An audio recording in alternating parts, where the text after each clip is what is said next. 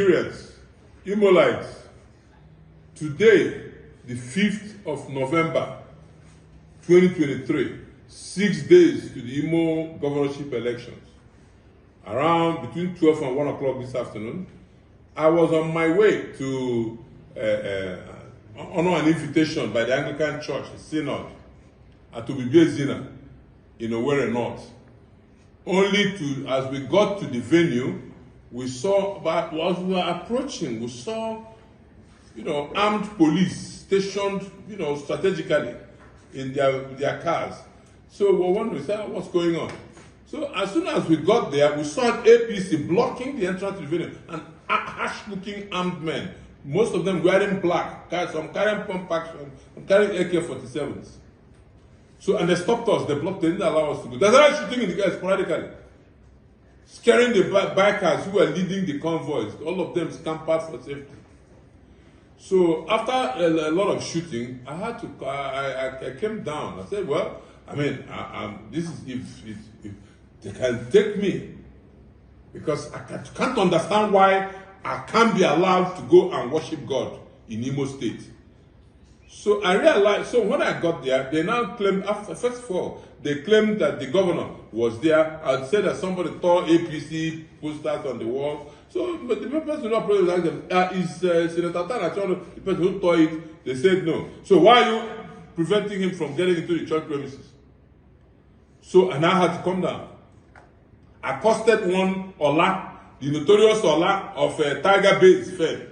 The man who has, so many lives have been lost in Imo State. And look at what they did to the NLC president. This governor is going mad. I had to call my security officer, called the DSS director, who said he was there with the commissioner of police. I now asked to speak with him. He called me and said he wants to talk to the officer. Commissioner of Police Imo State spoke to this Ola disobeyed him and blocked us from entering. Oh, as the shooting continued, I didn't want any life to be lost. I came out and accosted him. I was pointing at him. I told him that I was going to expose him to Nigerians today. And if he doesn't leave this state today, or let us this by Monday, I'll know that this government wants to annihilate us. So I'm putting my president, Bola Ahmed Tinubu, on notice to know what is going on here. This man wants to annihilate the entire state. So he should quickly remove all the security agencies who from here. They are not obeying orders. There's a killer squad in Ohaji Ebema as well. They have been crying, and they call him Kill and Bury. They've been crying everywhere. It's like we're in a war zone. What's going on here, for God's sake? Is this how we're going to have this election on November 11th? And I hear that the INEC officers even lied to the INEC chairman, EOs, that all the political parties agreed to move all the collation from ward to local government. We didn't even have a meeting to discuss that. So you see what's going on. There is a trouble here. Nigerians should know what's going to happen on them. If you want to declare war on Imolites, tell us. The Imolites are ready to defend themselves. Tell us, please, what's going on here? Enough is enough. Are we now in a banana republic that even officers don't obey police commissioners? They don't do anything. No rule of law in Imo State any longer. So for the next 4 years, this place will be a wasteland. Already, places have been, mortuaries are filled with corpses. Tiger Base, people drop like flies. And that's where this Ola is. He must leave this state with the commissioner immediately. And INEC chairman should be put on notice. No collation should be done outside the World Collation Center. The window of my late sister mod is shattered. A bullet hit it. Stray bullet hit it. We are lucky it was an armored vehicle. One of my escort vehicles.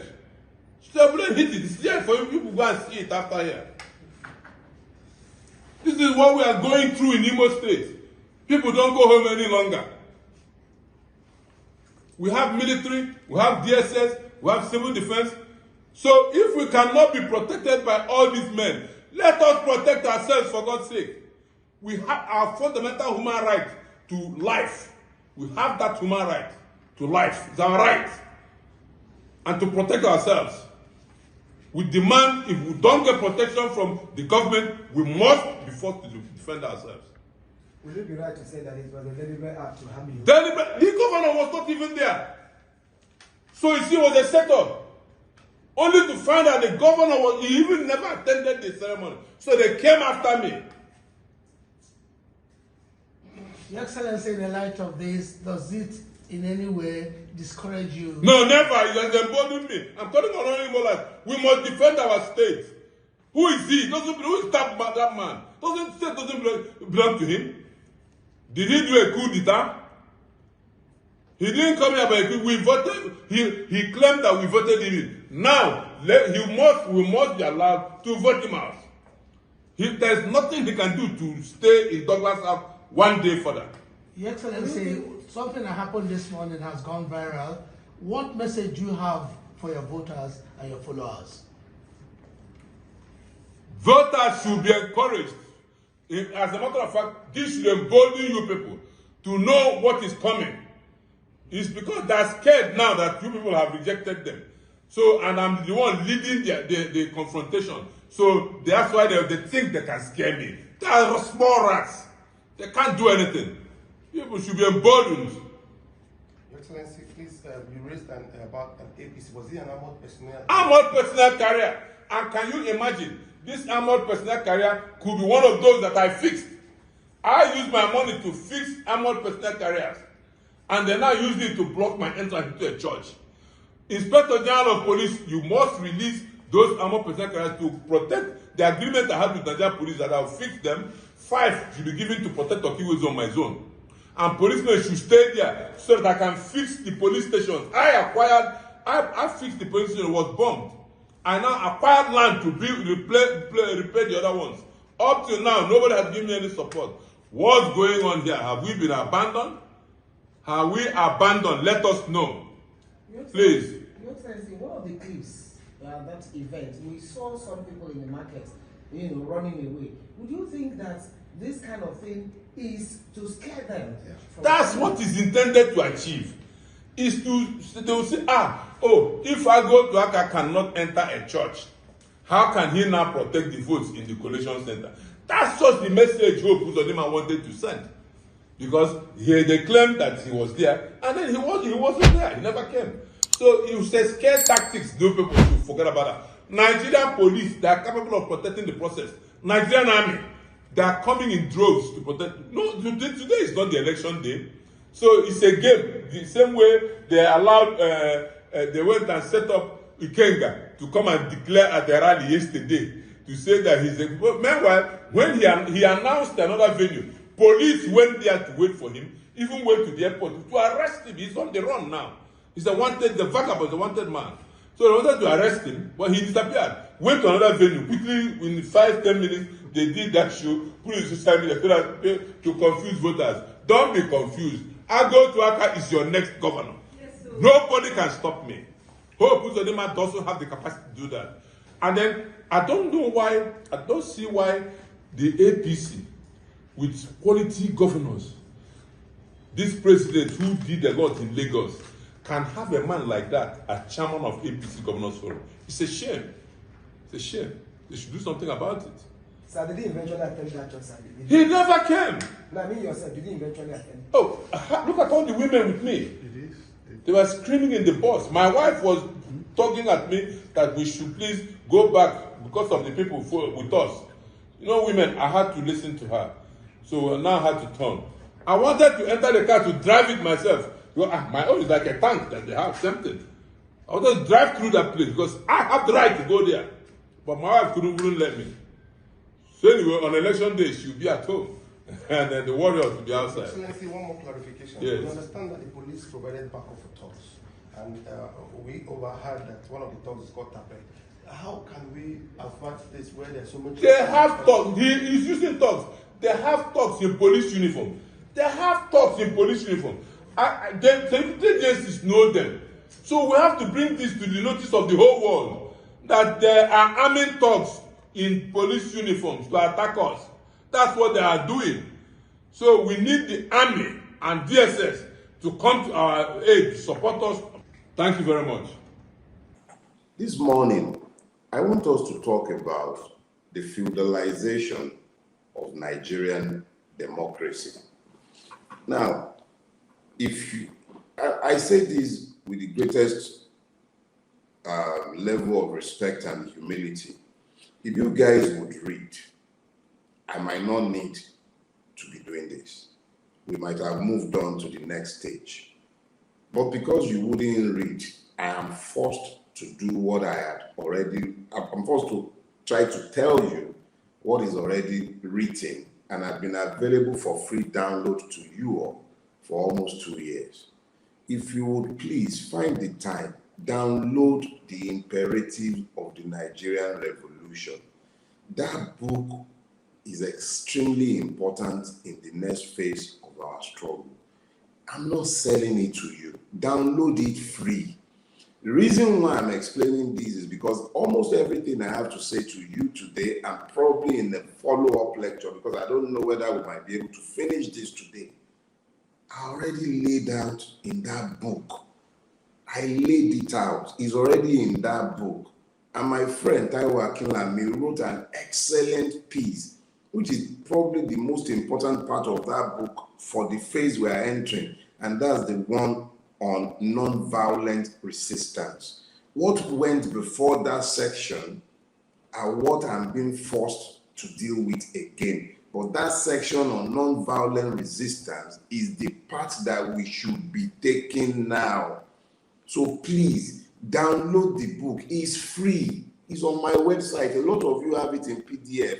Share it. You need to arm yourselves with knowledge if you are not going to have yourselves plunged into needless, mindless violence. Because make no mistake about it. When I wrote Do Not Die in Their War, I was trying to get you to see that they are not fighting for.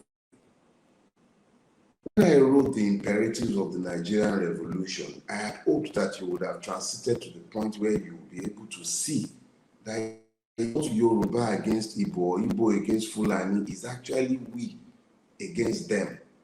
Is we, those they purport to rule but are ruining against who are in the ruining class. That is what it is. So it is critical that you guys please make my job a little easier. Those books, they are free. Read them. Read them. Look, let me explain. The most potent weapon in the hands of the ruiners of Nigeria are your minds. If your minds are not liberated, it becomes next to impossible to liberate you because no vote run coming to save you. You to save you. So please, I'm begging you, if our lives are not going to be wasted, you able to pick up the baton. How do you pick up the batons if you are full of ignorance? You have to purge yourself of ignorance. I've said on that. Now, something that is often said, a misunderstanding of purpose inevitably leads to abuse. Let me be clear, going to the meat of our lecture this morning. The purpose of my exertions, any TV interview or anything I might do, I'm writing to speak to you, anything that I am doing, I'm doing it so that you might wake up. One man, that's what I am. I can't do jack on my own. He tried it for years on his own, even with his organization, until you all get it into you and understand that this is about your liberation. Nothing is going to change. You are the ones who can change this. So that is what I'm trying to do. Get you to understand where you are to the point where you can now rise as one, not in the divisions that you have been balkanized into. Rise as one. That is the only time you are going to be liberated. Anybody is a Okonlokon. It's only one man that it is his turn. It's not our turn. Until it is our turn, nothing changes. So now, let's deal with today's issue because it is fundamental to an understanding of where we are. the feudalization of Nigerian democracy. I could have titled this differently and talk about the feudalization of Nigeria, but that would be too elementary because I had dealt at great length with that aspect. But today, what is most important is the feudalization of Nigerian democracy. Now, Yorubas will say, kokoko, la rofa diti. That means that for the deaf to hear you, you have to repeat the thing repeatedly. You have to keep saying that thing to that deaf person so that they might hear you. This part is me reiterating what a lot of people have said to you multiple times.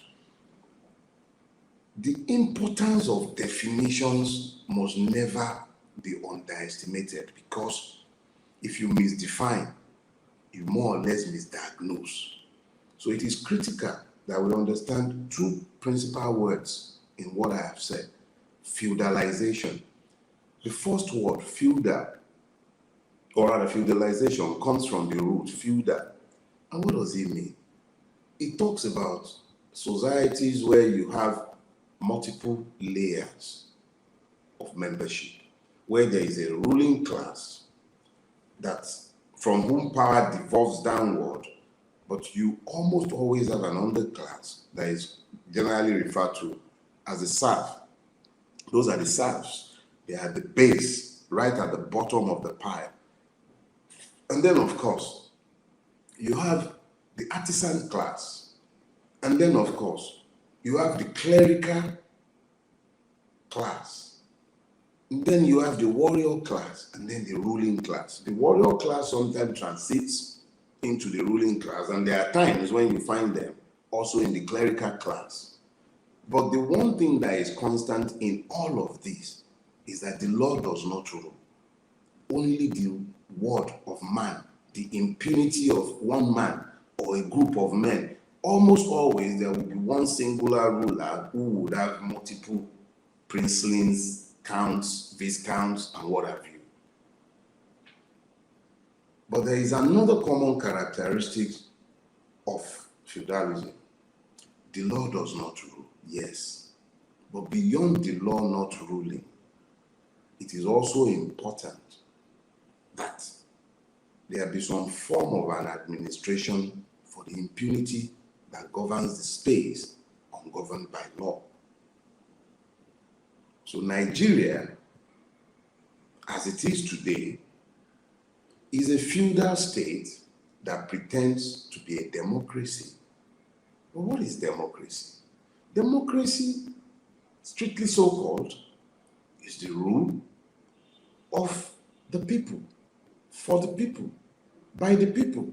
Sometimes it throws up all sorts of ugliness and imperfections.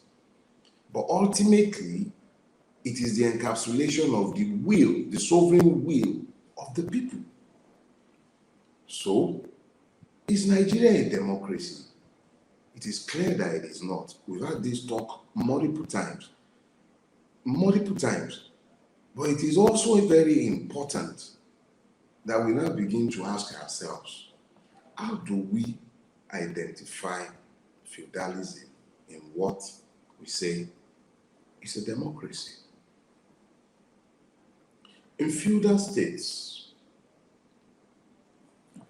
as I have earlier said, the imperative of man, which might shift and vary from time to time,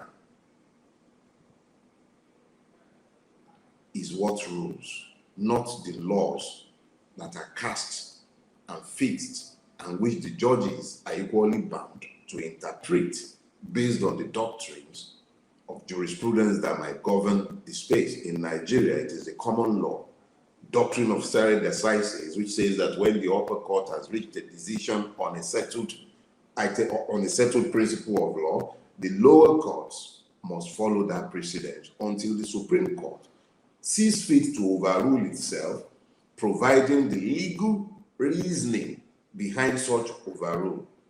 That is the doctrine of stare decisis. But what we have in Nigeria today are situations where the courts are singing in cacophony. The Supreme Court will say one thing, the High Court will say another, the Court of Appeal will say something different, and then the Supreme Court will overrule itself on the same principle of law. So what you find is that because the imperatives of men have kept changing, the interpretations of law have equally followed suit. So what you have today is a space ungoverned by law with a systemized administration of impunity, both by what should be the law enforcement agencies and by what should be the courts. So it simply means that the person who occupies the office of the presidency of Nigeria at any point in time, and this is not about Bola Ahmed Tinubu, it's about whoever occupies that office at any point in time, having the capacity to dictate, not just to an Akpabio. Before Akpabio, there was a Lawan. Before a Lawan, there was a Saraki. They might fight themselves, but they have no quarrel about their agreement as to your own fate. You are the ones under different delusions about what has been happening in your country. So, what you have today effectively is a system where the first in order determines the direction, not the law. That is not a democracy. That is a feudal system. But there are also two other things, principal things, that defines every feudal state. The weaponization of poverty, the weaponization of ignorance. These two things marks out feudal states because feudalism is dependent on your ignorance and on your poverty. But the first is always ignorance. And that is why you find that the educational system is under concerted attack. It's not today, it didn't start today. The first time I used the words, the phrases, weaponized ignorance and weaponized poverty was, I believe, back in 1994. So I'm a witness to something that has been taking place for a while. It is not something that has been inflicted just by the APC. It's a systemic device of the Nigerian state.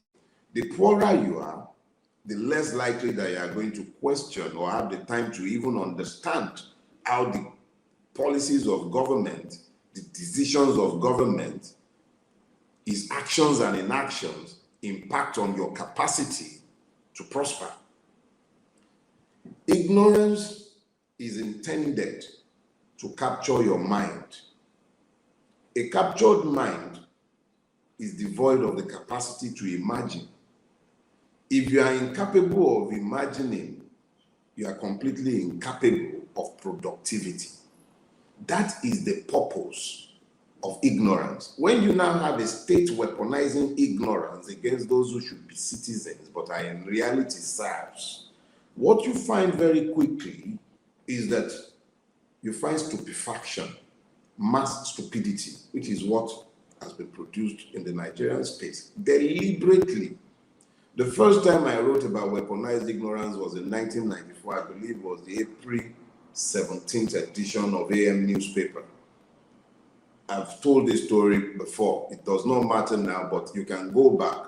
1994 to this date, do the maths. So what you're saying today, the mass stupefaction that you are saying today did not begin in the 8 years of APC or the 16 years of the PDP. It is by deliberate design because Nigeria was always a feudal state. It is not designed to be ruled by law. And these are the challenges that we are facing as a people. And the sooner we come to this clear understanding, perhaps the closer we might come to the point of our liberation.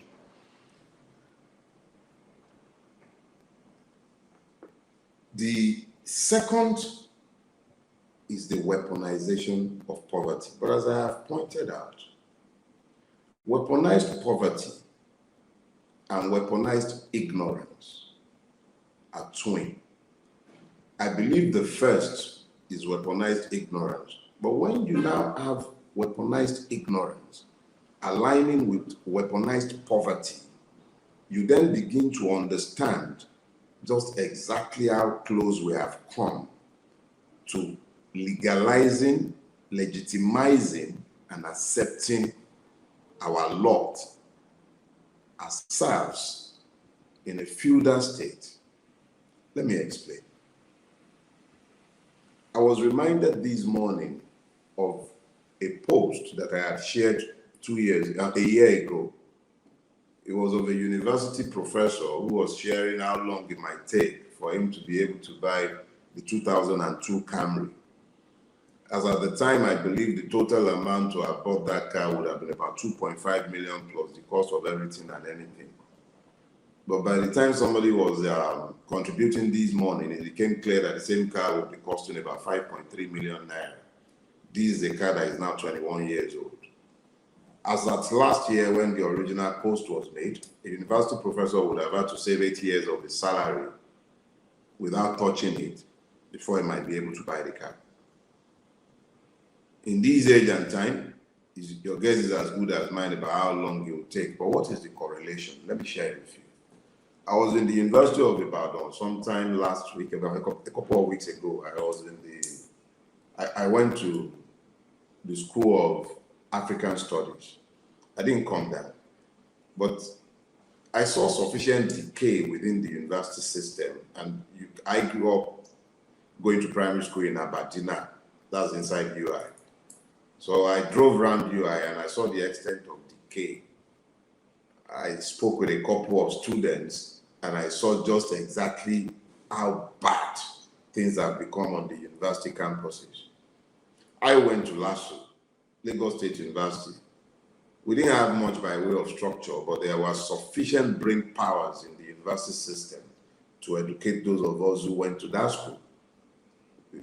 Those who went to federal schools will call us glorified secondary schools. When I was in the premier university itself, the extent of rot that I saw there led me to wonder whether this was also a glorified university, because the question now is this: how many of the children of the Nigerian middle class are sent to Nigerian universities, myself included? And why are we not sending our children there? The decay in the system, the deliberate abandonment and wicked abandonment of the educational system. But it is because it is part of a design to ensure that the people are kept stupid. So even in the universities, what do you have? People are sorting to pass. The new generation of professors are happy to sleep with students, to collect bribes. If they don't collect it, probably they are clerical staff. But the universities now reflect who we are as a people. I was speaking with a younger friend the other day. She's schooling in Poland. You know why? Once upon a time, the Polish would only teach in their own languages, but now they recognize that there is a huge population of Nigerians and other Africans who would prefer to come to Poland to study because they charge maybe a fraction of what Britain and the US would charge. And you have a huge population of Nigerians going to school in those places now because we've destroyed our own educational system. If the money being spent in schools abroad were to be spent in the Nigerian university system, we'll probably have one of the very best in the world, and probably the African continent will come to our own universities. But of course, we've weaponized ignorance, because how much easier is it to continue to cheat, lord over, perverse, oppress, enslave those we have kept ignorant? That is the reality of the Nigerian today. We've become a feudal state that pretends to be a democracy. Bellyaching is not a recipe for change. I could sit down here and bellyache till thy kingdom come, but it will change nothing. Let us be clear. What we have today is a feudal state. I share this knowledge with you to prepare you, because one thing that is becoming increasingly clear is that at some point, when we have managed to unite ourselves and move beyond the idiocies of tribes and religion, we might come to the common knowledge of the fact that until we unite and stand as one, we cannot shake off the ruiners of Nigeria. They are not Yoruba, they are not Igbos, they are not Fulani, they are one. We are the ones separating ourselves with those divisions. My main purpose this morning is to let you understand that you do not have a democracy, you have a feudal state. If you were under any illusion before now, it should have become clearer by now. How? Go through the entire process of the last election cycle. You participated. The last time Nigerians participated as we did in 2023 was in 1993. You participated, you became involved. Unprecedentedly so, you were involved.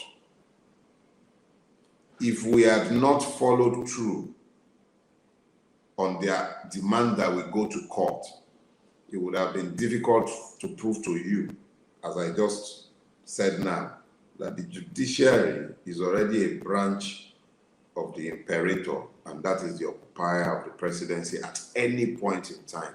That didn't start today. It did not start today. If you doubt me, there is a case, I believe it's Mohamed Abacha and the federal government, where Mohamed Abacha was let go of the murder charge against Kudirat Abiola, in the case involving Kudirat Abiola's mother, because there was already an agreement with the federal government that the Abacha family should give up part of the loot in exchange for its freedom. That was the allegation at the time. Of course, variously denied. Variously denied. But today's Supreme Court, or today's judiciary, especially when you listen to Tatijo, you wouldn't put that beyond them. But the only thing that has happened is not that our judiciary changed and became what it is overnight. It is what it has always been, to varying degrees. That it has become pervasive today is a function of what we have tolerated because of our collective stupidities and our delusions that we are dealing with a system that is capable of self-reformation. If Nigeria is not a failed state, it's pretty close. If it's going to be saved without imploding, it will be based on how well you learn the lessons that you need to learn. And people have a proverb, and I'll close with that. They say, "Aboro, that's so from Oluabi, to bad day inú at the odidi. Half a word is sufficient for the wise." The English did a fairly good job of interpretation there. At least they came close. Half a word is sufficient for the wise. I need not speak forever for you to get it. Get it. This is not about tribe. It has nothing to do with religion either. Those are just tools by which you are divided. This is about class. Nigeria has become a feudal state. Got it? A feudal state. The diarrhea of the monkey is of no concern to the baboon. That's why your National Assembly can be voting billions for their own creature comfort. And that one in Aso Rock, so if you really want to be fair to him, not even him, the system already had a yacht. All of us are learning to pronounce yacht now. Nigeria introduces new words into your lexicon and it impresses it in your memory with pain. Your presidential yacht is almost ready. On your mandate we shall stand. Marshal. My dear brothers and sisters, if they cared anything for you, you should know by their choices. The only reason they don't care for you is because they don't care one bit. They don't feel your pain. Even the one that might have rode Okada to the National Assembly, by the time his ass is sat inside a 160 or the 140 million naira SUV, the memories of bumpy roads on Okada are long gone. Or have you heard him say a word in the National Assembly? You are in a feudal state. You are not citizens, you're serfs. The sooner you understand this, the quicker you'll be ready for the fight that you must fight.